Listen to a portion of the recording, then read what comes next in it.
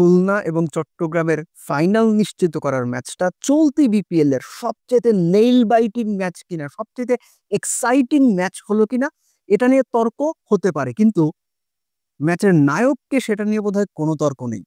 আলিস আল ইসলাম 7 বলে 17 ব্যথা পেয়ে মাঠ ছেড়ে উঠে গেলেন। শেষ বল যখন 4 রান দরকার, মাঠে নামলেন, 4 মেরে ম্যাচ জিতিয়ে দিলেন।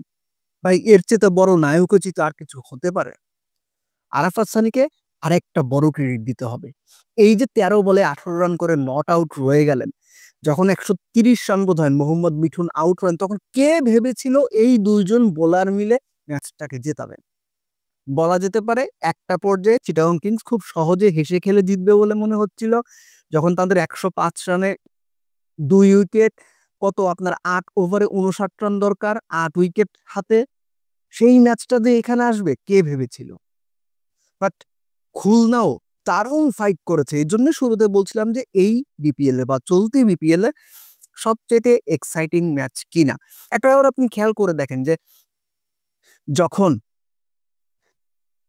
যেটা বলছিলাম যে 8 ওভারে 59 রানের মতো দরকার, 8 উইকেট হাতে, এই ম্যাচটা আপনি অবলীলায় জিতবেন, কিন্তু নাসুম পরপর 2 ওভারে এসে দুটো উইকেট তুলে যেভাবে ম্যাচটা ঘুরিয়ে দিলেন, মুশফিক, যিনি লাস্ট ওভার জেসন হোল্ডারকে না দিয়ে তাকে দেওয়া হয়েছিল 15 রান ডিফেন্ড করার জন্য, সেই মুশফিকও 1 ওভারে 2 উইকেট নিয়ে পুরো ম্যাচ বলতে গেলে খুলনার গ্রিপে এনে দিয়েছিলেন।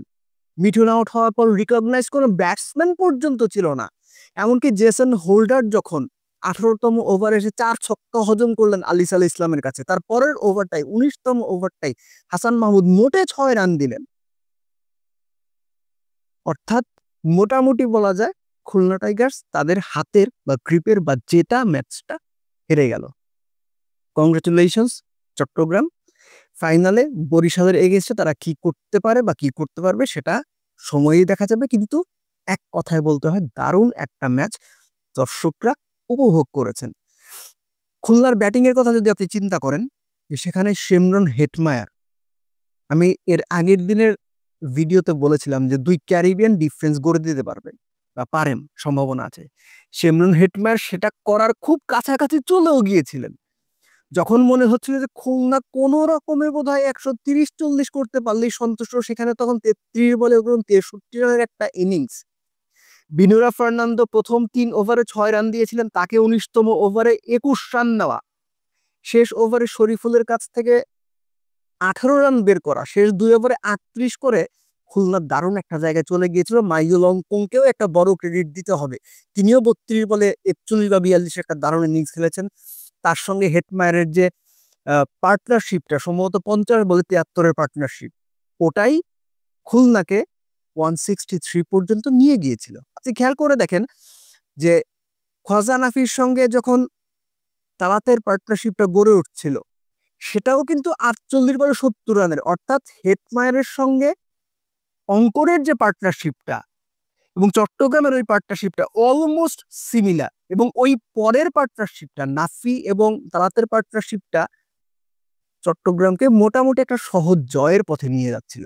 কিন্তু যে আগেই বললাম যে নাসুমের পরপর 2 উইকেট, মুশফিকের 1 ওভারে 2 উইকেট, এবং মুশফিক এসেই যখন তার দ্বিতীয় ওভারটাতে যখন 50 করা নাফিকে আউট করলেন, তখন মনেই হচ্ছিল, এবং ওই ওভারেই তিনি যখন আরেকটা উইকেট তুললেন, তখন মনেই হচ্ছিল ম্যাচটা খুলনা বের করে নেবে। কিন্তু ক্রিকেট শেষ না হওয়া পর্যন্ত শেষ বলা যাবে না। নায়ক হয়ে গেলেন সবাইকে ছাপিয়ে আলিস আল ইসলাম।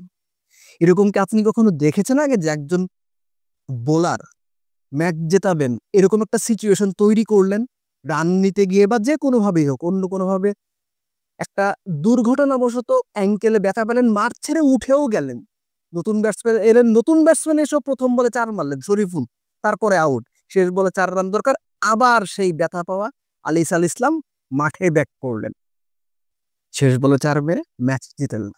What a match!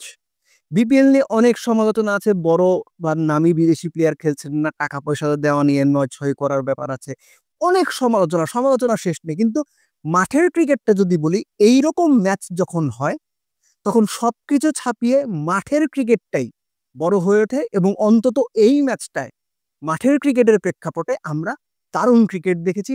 Very well done Alis Al Islam, very well done Chittagong Kings.